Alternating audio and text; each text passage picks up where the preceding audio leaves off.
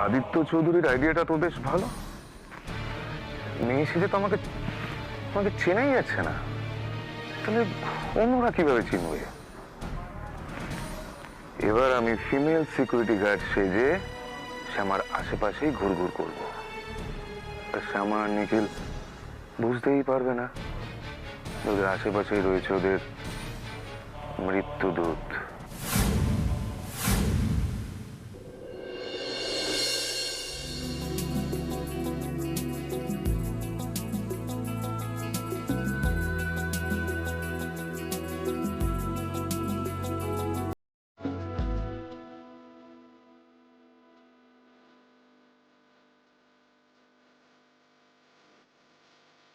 এই বড় বৌমা, ডোডো দাদান কোথায়? ওরা ঘরে আছে নাকি? হ্যাঁ বাবা, এতটা জার্নি করে এসেছে, তোদেরকে আগে খাইয়ে ঘুম পাড়িয়ে দিয়েছে, নাহলে অনুষ্ঠান দেখতে পারবে না তো রাতে। শোনো, ওদের তাড়াতাড়ি ডেকে দিও। ওদের ছোট কাম্মা গান গাইবে, ওরা না শুনলে চলবে নাকি? ওদেরকে না তুললে আমাকে ছাড়বে না কি ওরা? আরে এই তো নিখিল। ওই তো। আরে নিখিল, ওই শ্যামারা ওই দিকে রিসোর্টটা আছে না? হ্যাঁ বাবা, ওই রিসর্টটায়। অনুষ্ঠানটা কি ওখানে হবে? হ্যাঁ বাবা, ঠিক রিসর্টের সামনে একটা স্টেজ হচ্ছে। আশা থেকে দেখছি মিডিয়ার লোকজন চারদিকে সব গিজগিজ করছে, এলাই ব্যাপার। হ্যাঁ হ্যাঁ বাবা, সবাই ভীষণ এক্সাইটেড। দেশ বিদেশ থেকে লোক এসছে। আর তুমি জানো, আশেপাশে রিসর্টে কোনো রুম নেই, সব বুকড। ভালো ভালো, খুব ভালো। নিখিল চৌধুরী? হ্যাঁ, আমি নিখিল চৌধুরী। আমার বাবা বসন্ত চৌধুরী। হ্যাঁ, ওনাকে তো চিনি, সুস্বাদু মশলা কোম্পানির কর্ণধার। ও বাহ, কিন্তু আপনাকে তো ঠিক। বাবা, আমি বলছি, উনি হলেন এই কম্পিটিশনের সিকিউরিটি অফিসার। আমি ওনার সাথে ফোনে যোগাযোগ করেছিলাম, ওনাকে আমাদের সিচুয়েশনটা ভালোভাবে বলে বুঝিয়ে দিয়েছি। আর ওনাকে এটাও বলেছি যে শ্যামার লাইফ রিস্ক রয়েছে। রমেন দাসের ফটোগ্রাফ দিয়ে দিয়েছি, বলেছি যে কোনো সন্দেহ হলে আমাকে ইমিডিয়েটলি কল করতে। আর উনি লোকাল পুলিশ স্টেশনেও জানিয়ে দিয়েছে। আচ্ছা বলছিলাম, আজকে এখানে অনেক পুলিশ থাকবে তো? হ্যাঁ, আর এখানে সিকিউরিটি কিন্তু খুবই কড়া। আইডেন্টিটি কার্ড ছাড়া কিন্তু আমরা কাউকে অ্যালাউ করছি না। আপনারাও যে সন্ধেবেলায় অনুষ্ঠান দেখতে যাবেন, আমরা কিন্তু আপনাদের জন্য আলাদা আলাদা আই কার্ডের ব্যবস্থা করেছি। আর কন্টেস্টেন্টদের বাড়ির লোকজন যারা আসবে তাদের ডিটেলসও আমরা নিচ্ছি। আপনাদেরটাও অশোকবাবুর কাছ থেকে নিয়ে নিয়েছি। দেখুন অফিসার, আমি জানি আপনারা খুব সিনসিয়ারলি কাজটা করবেনও, কিন্তু একটা কথা মনে রাখবেন, রমেন দাসের মতো লোকেরা কিন্তু অনেক কিছু করতে পারে। আর দুরাত্মার ছলের অভাব হয় না, জানেন তো? জানি স্যার, এদের নিয়েই তো আমাদের কাজ। অফিসার, এই রমেন দাস যদি আমার ছোট বৌমার কোনো ক্ষতি করে, সেটা কিন্তু আমাদের পরিবারের জন্য বড় ক্ষতি। ছোট বৌমা আমাদের খুব প্রিয়, খুব আদরের।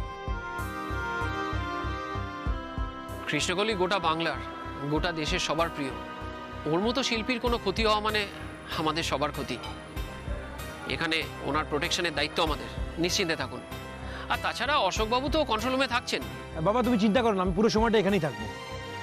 আমাদের মেল ফিমেল সিকিউরিটি গার্ড থাকছে, নিশ্চিন্তে থাকুন। আপনারা প্রোগ্রাম এনজয় করুন, ইভিনিংয়ে দেখা হচ্ছে। নমস্কার। Thank you so much officer. Nikhil, শোন না, তোরা সবাই মিলে এরকম রমেন দাসকে নিয়ে কেন টেনশন করছিস বলতো? আমার টেনশন হচ্ছে মা, আমার মন খুঁতখুত করছে।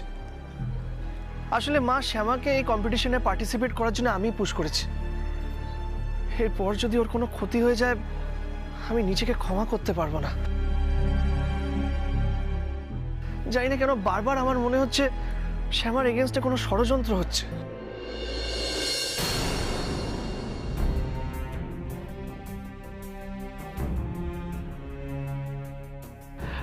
নিখিল, তুই অযথা টেনশন করছিস। দেখ, আগের মতো ক্ষমতা আর রমেন দাসের নেই। আর ওই ঘটনার পর থেকে তো রমেন দাস ইন্ডাস্ট্রি থেকে আউট হয়ে গেছে। হ্যাঁ, তুই কি বলতে চাইছিস সেটা আমি বুঝতে পারছি বর্দা, কিন্তু রমেন দাস কিভাবে যে শ্যামার ক্ষতি করার চেষ্টা করবে সেটা তো আর বুঝতে পারছি না। তাই আগে থেকে প্রিকশন নিয়ে রাখছি। আচ্ছা শোনো না, বলছিলাম তোমরা এইসব নিয়ে ভেবো না। শ্যামার কোনো ক্ষতি আমি হতে দেবো না। তোমরা প্লিজ এখন গিয়ে রেস্ট নাও, কারণ আমরা যদি কিছুক্ষণ আগে যেতে পারি শ্যামার সাথে দেখা করে নিতে পারবো। হ্যাঁ হ্যাঁ, সেই ভালো। চলো সুজাতা, একটু জিরিয়ে নি। মেজবতী তুমিও যাও, গিয়ে রেস্ট নাও। তুমি অনেকটা জার্নি করে এসছো, রেস্ট না নিলে শরীর খারাপ হয়ে যাবে। আর প্রোগ্রাম তো অনেকক্ষণ চলবে, তাই না? মেজো চল।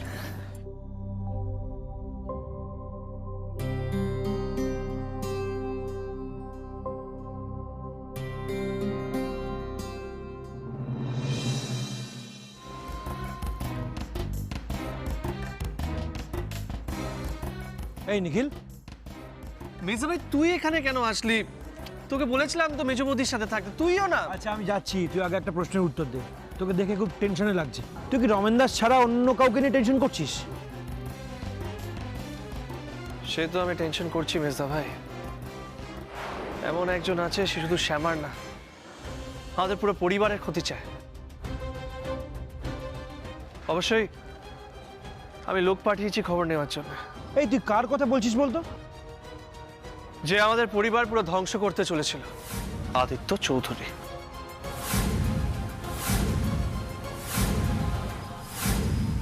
স্যার আমার কাছে অফিসিয়াল পারমিশন আছে। আচ্ছা ঠিক আছে, আমি দেখে নিই। জি স্যার। বলছি সব ঠিক আছে তো এখানে? হ্যাঁ স্যার। আদিত্য চৌধুরীকে নিয়ে কোনো সমস্যা নেই তো? না স্যার, কোনো রকম কোনো সমস্যা নেই। উনি তো চুপচাপই থাকেন, কারোর সঙ্গে কোনো কথাবার্তা বলেন না, ঝামেলাও করেন না। ও আই সি। আচ্ছা, উনি নিখিল চৌধুরীর প্রতিনিধি হিসেবে এসেছেন। নিখিল চৌধুরী অফিসিয়াল পারমিশন করিয়েছেন এটা দেখার জন্য যে আদিত্য চৌধুরী আমাদের এই কালেকশন হোমেই আছেন কিনা এবং কেমন আছেন। আমি তো বললাম স্যার, উনি একেবারেই ঠিক আছেন। ঠিক আছে, এই ভদ্রলোক সেটা নিজের চোখেই দেখতে চান। আর অফিসিয়াল পারমিশন আছে মানে আমাদেরও তো ব্যাপারটা অফিসিয়ালি হ্যান্ডেল করতে হবে, তাই না? তুমি নিয়ে চলো, উনি ওনার নিজের চোখেই দেখে নিন যে আদিত্য চৌধুরী ওনার নিজের সেলেই আছেন। Okay sir. কিন্তু একেবারে সেলে স্যার। আপনি তো শুনলেন আমার কাছে পারমিশন আছে, তারপরেও আপনার সমস্যাটা কি? আপনি নিয়ে চলুন আমাকে, আমি নিজের চোখে দেখতে চাই আদিত্য চৌধুরীকে।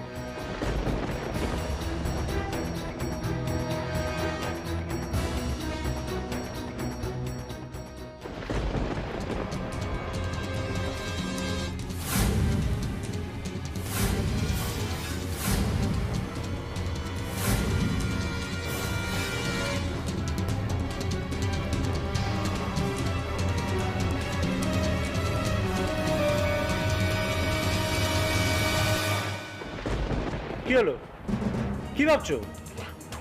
না স্যার, কিছু না। আচ্ছা আসুন। চল।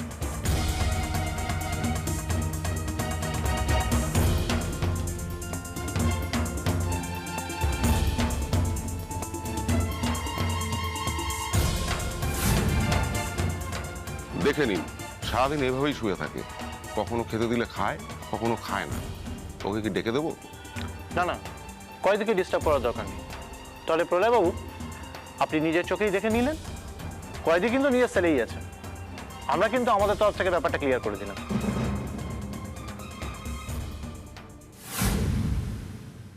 এই নিখিল, তুই এসব কি বলছিস? আদি এখানে কোত্থেকে আসবে? ও তো কারেকশনাল হোমে আছে। মির্জা ভাই তুই বুঝতে পারছিস না, he is a criminal. Planning করে, প্লটিং করে লোকজনকে টাকা খাইয়ে কারেকশনাল হোম থেকে বেরিয়ে যেতে পারে। আমি না এখন কাউকে বিশ্বাস করতে পারছি না মির্জা ভাই। আমি জানি আদিত্য চৌধুরী আমাদের ক্ষতি করার জন্য যে কোনো এক্সটেন্টে যেতে পারে, তাই আমাদের যেভাবে হোক ওকে ট্র্যাক করতে হবে। আচ্ছা তুই এখন কি করবি ভেবেছিস? কিছু কোনো প্ল্যান করেছিস? হ্যাঁ, আমি প্রলয়কে ওখানে পাঠিয়েছি, আমাকে ইনফর্ম করবে। আচ্ছা প্রলয় কি বললো? আরে প্রলয় যদি কিছু বলতে আমি তোকে বলতাম না। হ্যাঁ সে তো ঠিক। কেন যে এতক্ষণ ফোন করলাম আমি সেটাই বুঝতে পারছি না। এত টেনশন হচ্ছে, এতক্ষণে তো ফোন করে নেওয়া উচিত। আমার এখন ভীষণ টেনশন হচ্ছে। ঠিক আছে ঠিক আছে, নিখিল নিখিল একটু শান্ত হ, সব ঠিক হয়ে যাবে, তো টেনশন করিস না। মির্জা ভাই আমি কি করে শান্ত হব? হতে পারে আদিত্য চৌধুরী সবার চোখে ফাঁকি দিয়ে কারেকশনাল হোম থেকে বেরিয়ে যাবে, আর তারপরে শ্যামার এগেনস্টে কোনো প্লটিং করবে। আর এদিকে রাধা আর রুক্মিণী মাসিরও কোনো খোঁজ নেই, ওদের ট্র্যাক করা যাচ্ছে না। আর আমরা তো সবাই দেখলাম রমেন দাস কম্পিটিশনে এসেছিল, নিশ্চয়ই কোনো মোটিভে এসেছিল, এমনি এমনি আসেনি। আর আমার কি মনে হয় জানিস তো, রমেন দাস সবার সামনে আসছে না, তাহলে নিশ্চয়ই কারোর সাথে হাত মিলিয়েছে, সে আমার ক্ষতি করার চেষ্টা করছে। এই তুই কি বলছিস নিখিল? হ্যাঁ, কি হলো? প্রলয় ফোন করছে। ধর ধর ধর। হ্যাঁ প্রলয় বলো। আমি কারেকশনাল হোমে গিয়েছিলাম স্যার, আমার সঙ্গে সিনিয়র অফিসারও ছিলেন। আদিত্য চৌধুরী উনি ওখানেই আছেন স্যার।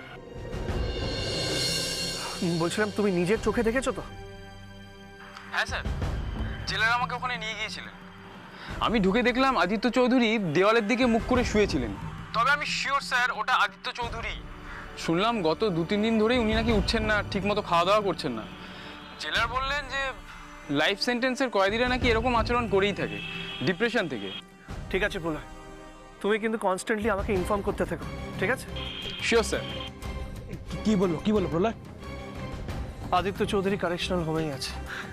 দেখলি, আমি বললাম এত টেনশন করার কিছু নেই। এবার তো শান্তি হলো নাকি? না রে, টেনশন হচ্ছে আমার। আমরা কিন্তু এখনো রমেন দাসকে ট্র্যাক করতে পারিনি। যতক্ষণ না আজকের ইভেন্টটা ভালোভাবে হচ্ছে আমি শান্ত থাকতে পারছি না রে। নিখিল, আমি একটা কথা বলি, শোন আমার কথাটা। হ্যাঁ, সিকিউরিটি আছে, তোর যে সিকিউরিটি তুই নিজে দেখেছিস, আমরা সবাই আছি। শ্যামার কোনো ক্ষতি হতে আমরা দেবো না, তুই চিন্তা করিস না রে বাবা, ঠিক আছে? একটু রিল্যাক্স কর, আমি তোদেরকে দেখে আসি।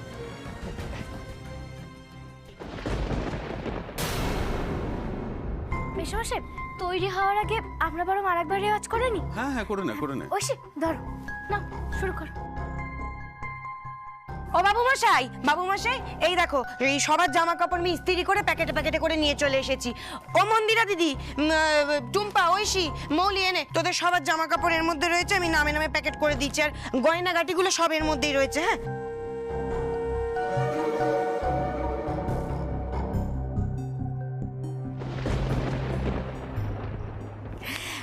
পয়সামা দিদি, এই দেখো, এর মধ্যে তোমার পোশাক আর গয়নাগাটিও দিয়ে দিয়েছি। হ্যাঁ, খুব ভালো পদ্ম, তুমি বরং এটাকে ওখানেই রেখে দাও। আচ্ছা ঠিক আছে।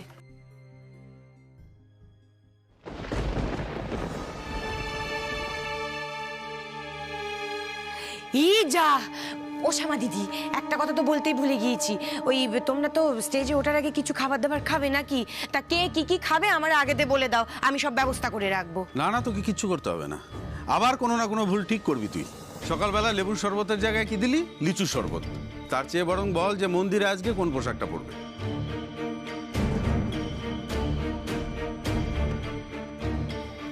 মন্দিরা দিদি, আসলে আমি তো আর জানতাম নি যে শেষ রাউন্ডটাতে আমি খোল বাজাতে পারবো নি। নিজের জন্য পোশাক তো রেখে দিয়েছিলাম আমি। মন্দিরা দিদি আমার পোশাকটাই পরবে, ওটাই তো নিয়ে এসেছি।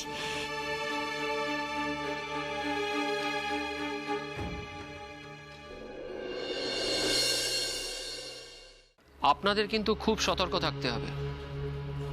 আমাদের দেশ থেকে কৃষ্ণকলি ফাইনাল রাউন্ডে গেছে, আর কম্পিটিশনে ওনার জেতার চান্স সবচেয়ে বেশি। আপনারা হয়তো জানেন না, কৃষ্ণকলি বিখ্যাত সুস্বাদু মশলা কোম্পানি কর্ণধার বসন্ত চৌধুরীর পুত্রবধূ। অতীতেও ওনাদের কোম্পানির সঙ্গে, ওনাদের পরিবারের সঙ্গে অনেকেই অনেক রকমভাবে শত্রুতা করার চেষ্টা করেছেন। কৃষ্ণকলি পরিবার তাই ভয়ে আছেন। এবারেও হয়তো কেউ কৃষ্ণকলির ক্ষতি করার চেষ্টা করতে পারে। তাই ওনার হাজবেন্ড নিখিল চৌধুরী আমাদের কাছে কৃষ্ণকলির জন্য স্পেশাল প্রোটেকশন চেয়েছেন, আর সেটা আমাদের দিতে হবে। আর তার জন্যে আপনাদের দেখতে হবে কোনো অচেনা লোক যেন কৃষ্ণকলির আশেপাশে আসতে না পারে। ওকে?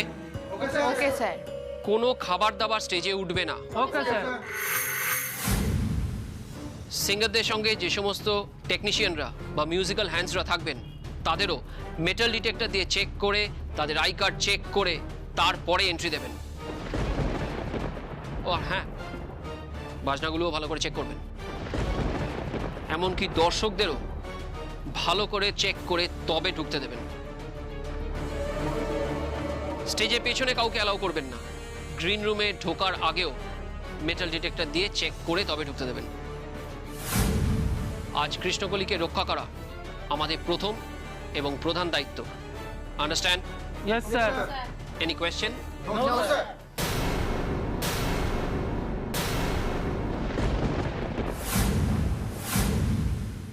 গুড। আর কারুর যদি কোথাও কোনো সংশয় থাকে, আমার সঙ্গে কিন্তু সঙ্গে সঙ্গে যোগাযোগ করবেন। Okay? Okay sir. Good luck. তোরা যা, আমি বাড়িতে একটা ফোন করে আসছি।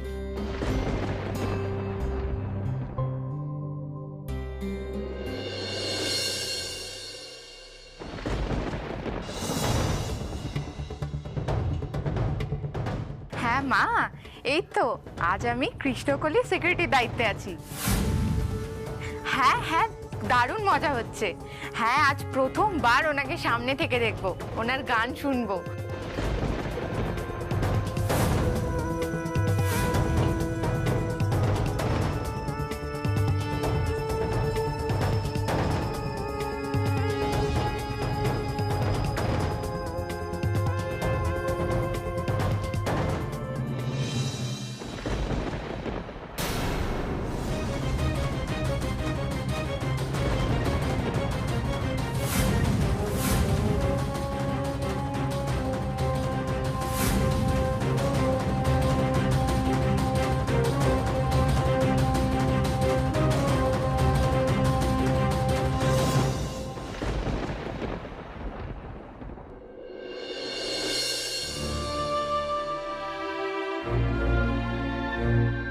আমি বুঝতে পারছি পদ্ম, তোমার আজ খুব খারাপ লাগছে। কি বলো তো, এর আগে অনেকে অনেকবার আমাদের ক্ষতি করার চেষ্টা করেছে, চরম শত্রুতা করতে চেয়েছে আমাদের সঙ্গে। সেই জন্যই ছোট কর্তা সবসময় আমাকে নিয়ে একটু বেশি দুশ্চিন্তা করে।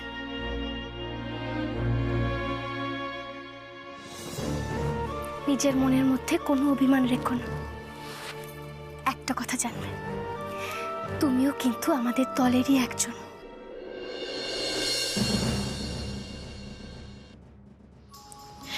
আমি জানি গো শ্যামা দিদি, বিশ্বাস করো আমি আমার মনের মধ্যে না কোনো অভিমান পুষে রাখিনি। আর আমি নিজেরে এই দলের একজন সদস্য বলে মনে করি বলেই তো তোমার কাছে হাত জোর করে আমি এই দলের সব কাজ করতে চেয়েছি। জানো তো শ্যামা দিদি, তুমি একজন ভাগ্যবতী মেয়ে, তুমি খুব ভালো মানুষ গো। স্বামীর এমন ভালোবাসা কটা মেয়ে পায় বলো দেখিনি? তোমার স্বামী সত্যি ভগবানের মতো। তুমি জানো নি গো দিদি, নিখিল দাদা বাবু তোমারে খুব ভালোবাসে, তোমারে আগলে আগলে সারাটা জীবন রাখবে, রক্ষা কবচ হয়ে থাকবে, কোনো ক্ষতি হতে দেবেনি তোমার।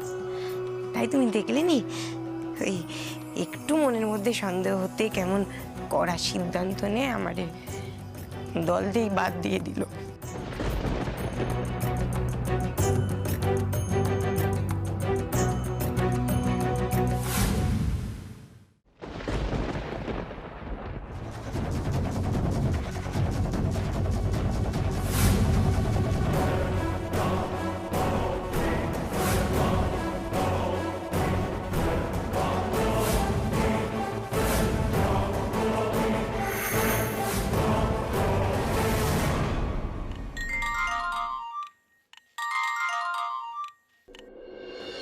হ্যাঁ বলুন। কোথায় তুমি? পৌঁছে গেছো? আমি তো এখন রিসেপশনের সামনে চলে এসেছি। রিসেপশনের সামনে মানে? তুমি তাহলে এসে আমায় ফোন করোনি কেন? না মানে অ্যাকচুয়ালি কত কথা না বাড়িয়ে সোজা 302 নম্বর রুমে চলে এসো, বুঝেছো? আর হ্যাঁ, সাবধানে আসবে।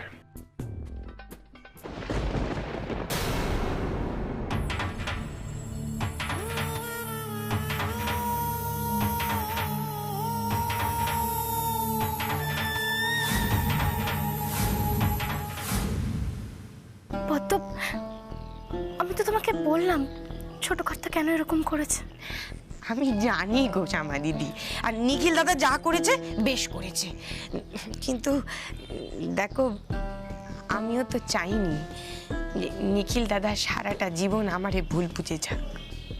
তবে আমি নিশ্চিত এই গান গাওয়াটা হয়ে যাওয়ার পর নিখিল দাদা আমারে আর ভুল বুঝবেন না, ঠিক বুঝতে পারবেন যে আমি আমি একদম ঠিক, আর আমি এই দলটারে খুব ভালোবাসি, সেই জন্যই এই দলের হয়ে আমি থাকতে চাই, দলের পাশে পাশে থাকতে চাই। তুমি একদম চিন্তা করো না, ছোট কর্তা ঠিক বুঝবে। ও শ্যামা দিদি, তুমি পরে আমারে তোমার গান গাওয়ার সঙ্গে আমারে খোল বাজাতে দেবে গো।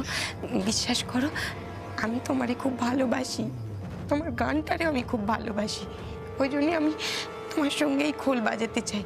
বলো না, দেবে আমারে বাজাতে? দেবো তো পদ্ম, নিশ্চয়ই দেব। তোমরা খুব সুখী হবে গো শ্যামা দিদি, খুব সুখী হবে।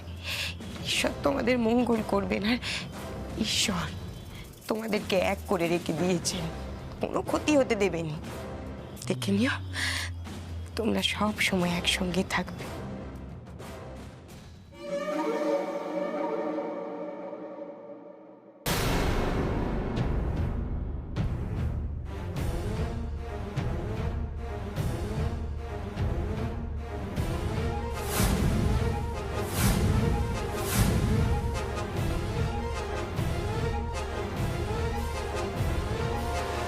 তোমরা নিজেরাও জানো নি গো, তোমাদের মধ্যে রাধা কৃষ্ণের বাস।